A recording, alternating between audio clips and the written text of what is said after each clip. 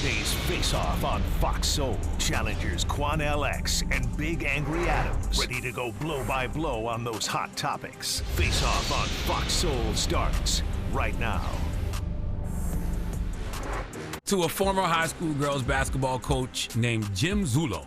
I say former so happily and proudly because this man was so deserving of a firing. This is one of those mornings where I'm encouraging you to go watch Breakfast Club on Tubi or YouTube. Yes, you can watch Breakfast Club on Tubi, but Jim Zullo was the coach of the Northville Central School District girls basketball team, and there was an incident that occurred following Northville's loss in the Class D state championship game. See, on an online stream of Northville's game, Zullo was seen pulling the hair of a senior named Haley Monroe, dropping the clues bombs for Haley Monroe. As the team was waiting for their medal presentation, the coach yanked her ponytail. Let's go to ABC News 10 for the report, please.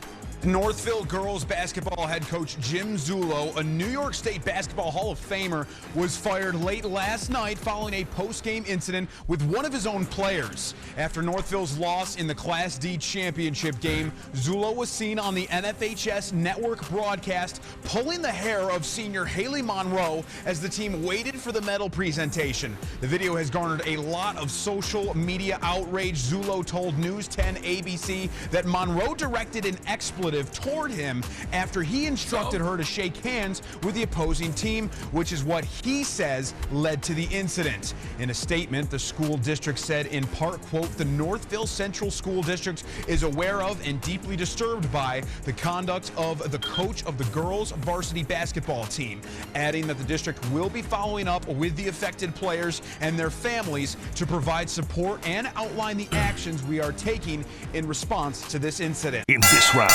here's Charles Big Angry Adams. All right, Quanell, so we saw a still of it. I think in a second we might have Matt actually run the video of the hair pulling, but we're upstate New York. An 81-year-old coach, which is pretty up in years, who apparently is also a New York State Basketball Hall of Famer, had an incident with one of his team. In fact, not just a regular team member, the senior, the school's all-time leading scorer, right? And what appeared to me, there's the video, what looks like a disgusting assault on this young woman at the end of the state championship game where she had fouled out. Now, I don't think you can justify putting hands on a female athlete like that. I would be less than truthful if when I was growing up, I would have found it shocking to see a male coach put his hands on a male player in a similar manner. Maybe not a hair pulling, but a shove, grab by the shirt, yank around. Old school Bobby screaming, Knight. yelling. Right. That happened, right? That happened in Louisiana, AAU basketball, Louisiana high school basketball. That was just part of it. And it did not bother me as a student athlete at the time because typically if I was on the receiving end of it, I felt like I deserved it.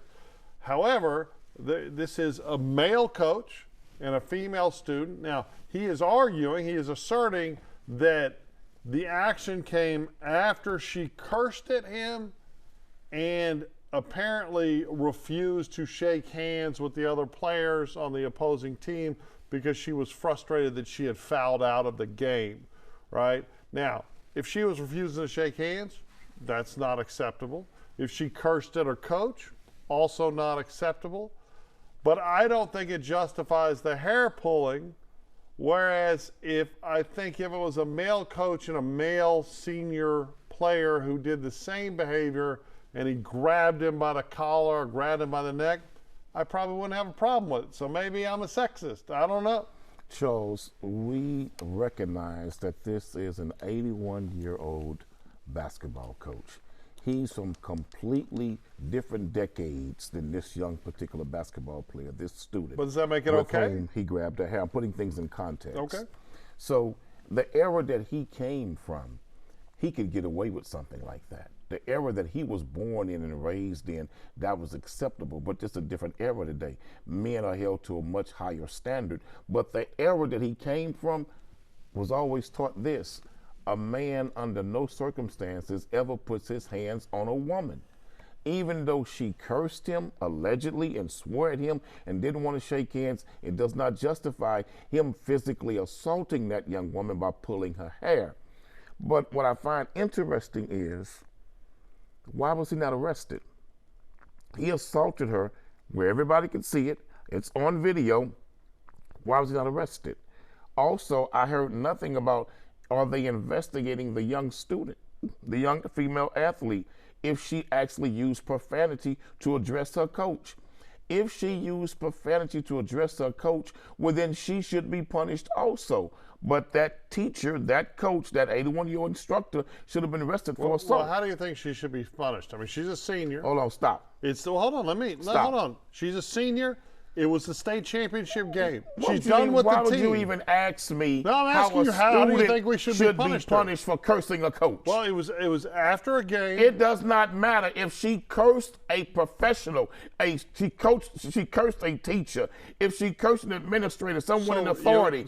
There should be a punishment. You think she should be arrested? Absolutely, she should be punished. Okay. Not arrested, no, but she should be suspended. Because what message does it send to the rest of the teammates that are even younger, who are not seniors, who may be freshmen or sophomores? What message does it say that she could curse a coach and get away with it and not held accountable for it? If a student cursed a teacher in a classroom setting, that child would be held accountable. Not so nowadays. Why deviate and turn from the standard now? First off, not nowadays. But that's the problem, Charles. So many teachers are being verbally assaulted, verbally abused, verbally threatened in the classroom. That's why many of them don't want to teach anymore. And that's why all across America, including in Texas, right here, there's thousands and thousands of teacher shortages because teachers no longer want to be in the classroom because they don't feel safe. But that man should be arrested for assault, that 81-year-old coach.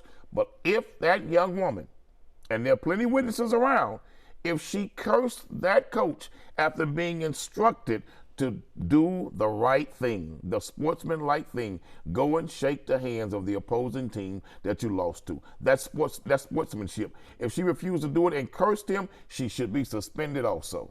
Yeah, I don't think that, one, I think she's already suffered a punishment. He assaulted her. Two, while I would agree normally in a classroom, if a kid is cursing at a teacher, then there should be a consequence. And I'll also agree with you that there is far too little consequences nowadays. I think that can be traced back to the Obama administration's policies that the Department of Education. No, it's actually true. These kids been cursing teachers out for the last 25 years. Stop. When we went away from corporal punishment, Charles, are you gonna let me finish? in the classroom, I sat here that's and when it fell down, nonsense. not the Obama administration. Okay. No, but no, you don't like truth and policies, but his Department of Education implemented policies that handcuff school districts, mostly urban school districts, and restricted their ability to impose discipline and protect good rule-following students. So I think in that context, in the classroom, yeah, you would need a consequence. This is the state championship.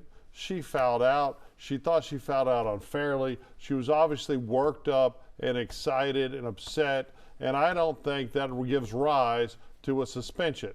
Now, maybe there should have been, hold on. Used a cuss word. Okay.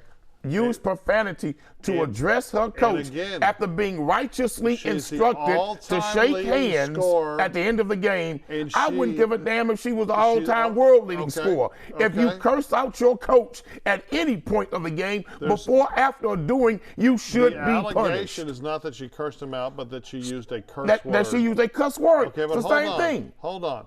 What you're talking about is, oh, he's 81. He grew up in a different era. This man is 81 today. He has been coaching girls basketball through the 90s, through the aughts, through the 10s. Now we're halfway through the 2020s. He has been coaching in this era. He is a grown-ass man. And I said who should be arrested. I said who should be arrested. Right. And I also said he comes from an era where he might have gotten away from he might have got away with that time before. He has been coaching in this era, and he needs consequences. Charles, this girl has already been victimized. Okay, maybe she needs a lecture, but she doesn't need to be suspended. So let me ask you a question. Ask away. What happens if next season another young woman or student on the team, any athletics in that particular school, decides out of frustration in the heat of the moment of a loss decide to use a profane word to address their coach? Should they be punished? Well, again, should they be punished? Yeah, it depends so on the situation. So we can't have double standards, no, Charles. You got to be consistent. You've got to look at every. So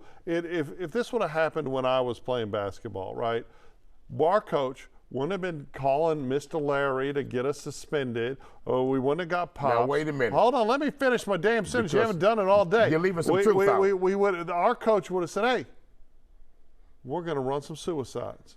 And he'd have ran me until I threw up, right? And that would have been the consequence. Now, you're going to tell the whole because world. Because I'll tell you what, I cursed on the now, court. Now, you're going to tell I think my junior year, they got a picture of me throwing a punch in the yearbook. So you're going to tell the whole world this big lie you just told. What are you talking about? That when you were growing up, the same era I grew up, that if we had a coach instruct us to do something and we cursed at him, all we got was some suicide runs. Oh, well, no, we'd have run until we threw up. First of all, we'd have got more than suicide runs. Okay. Because I'm going to tell you something. The minute my uncle, my grandmother, my aunt had found out that I cursed my coach, I would have had an ass whooping waiting on me when I hit the front door. Okay. Let me tell you something, brother. When you were growing up in my era, you didn't curse no coach. In fact, in my era, if you cursed the coach, you might have got knocked out. And then your daddy, when he came and said, what happened? What did he do? Oh, he did what? Okay, appreciate you, coach. Thank you, sir. Well, if more daddies were involved,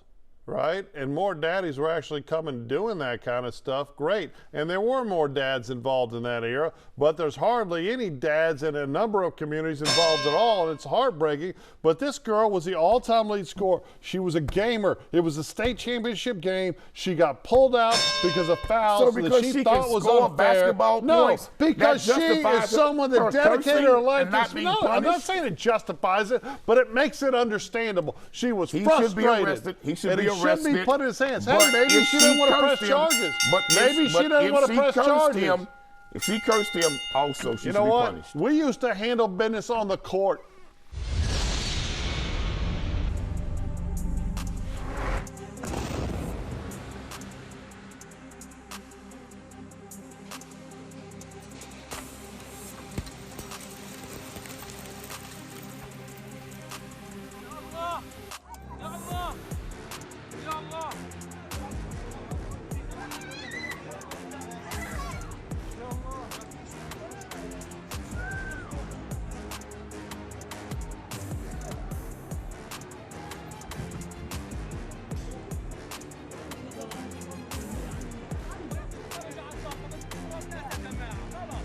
In this round, here's Quanell X.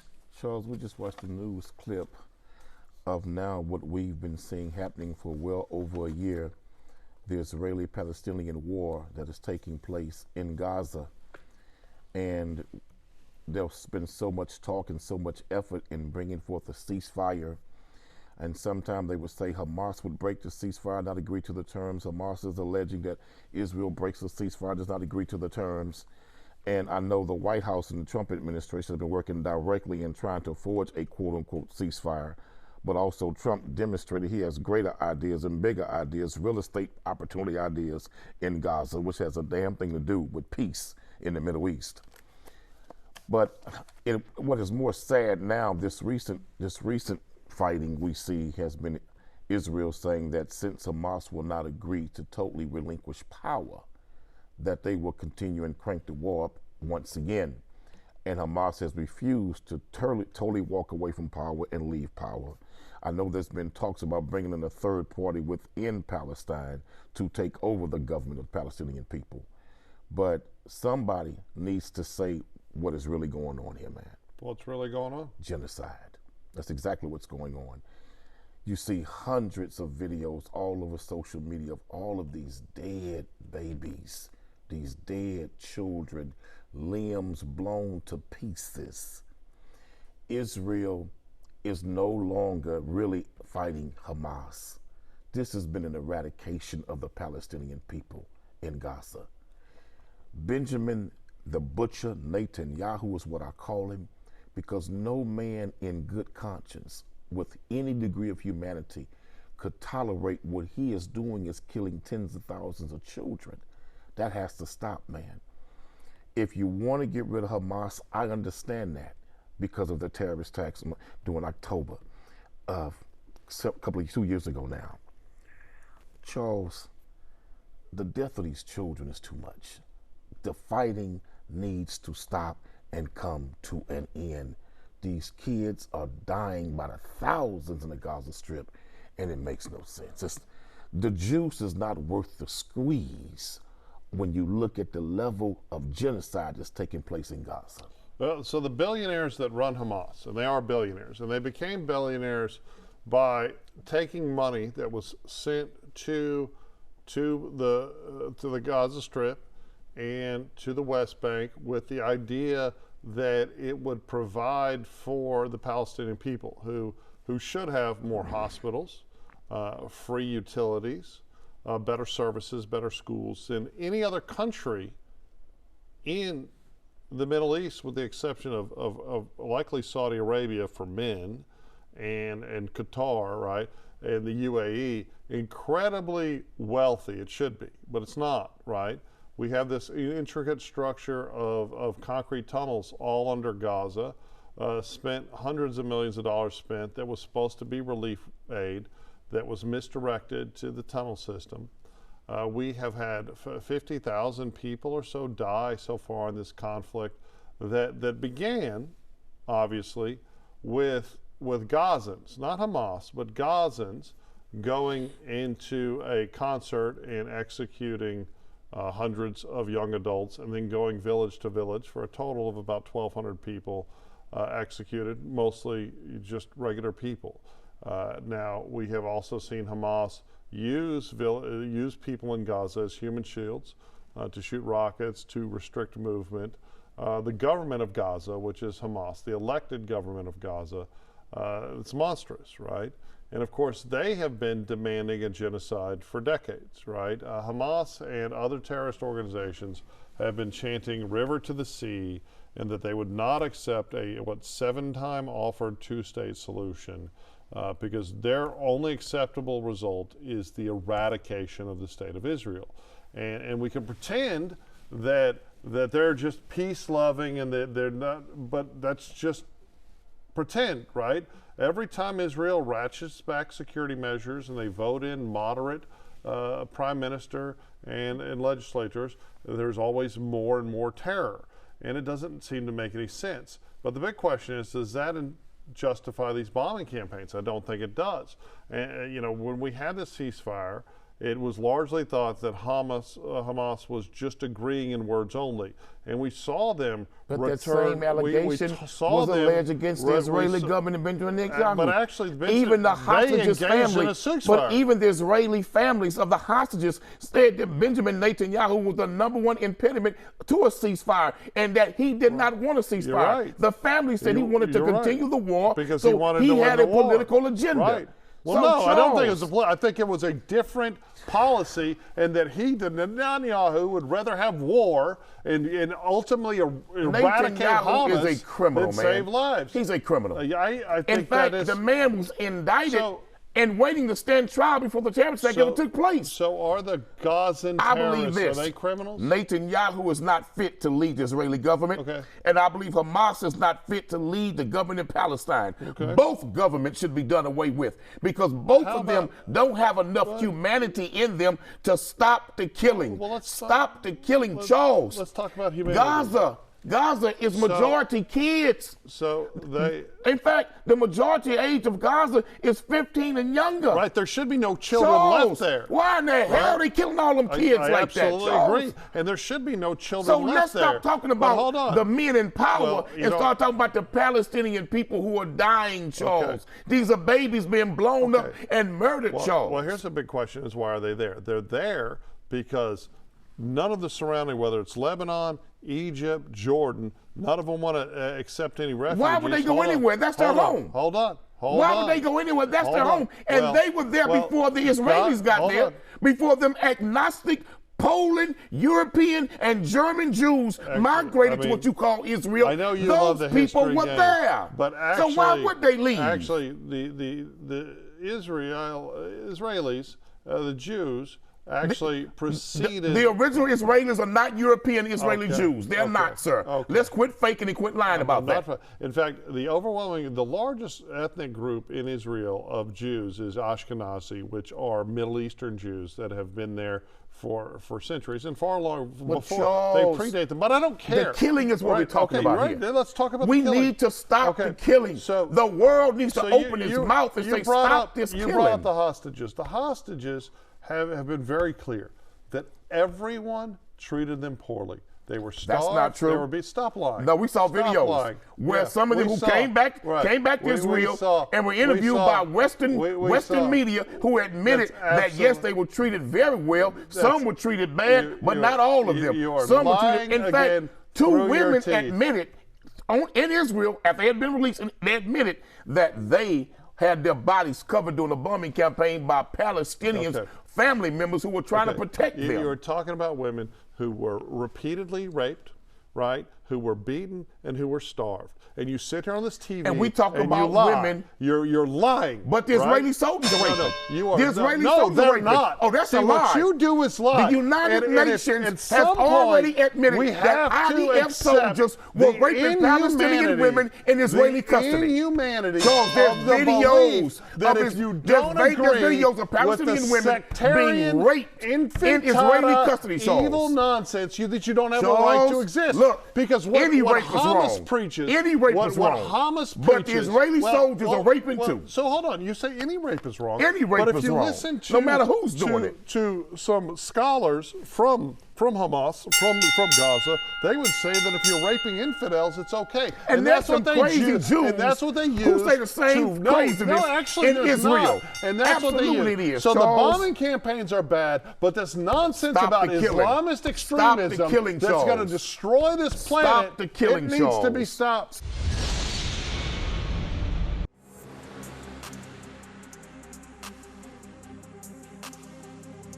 That's it for the Face-Off on Fox Soul. We'll catch you next time.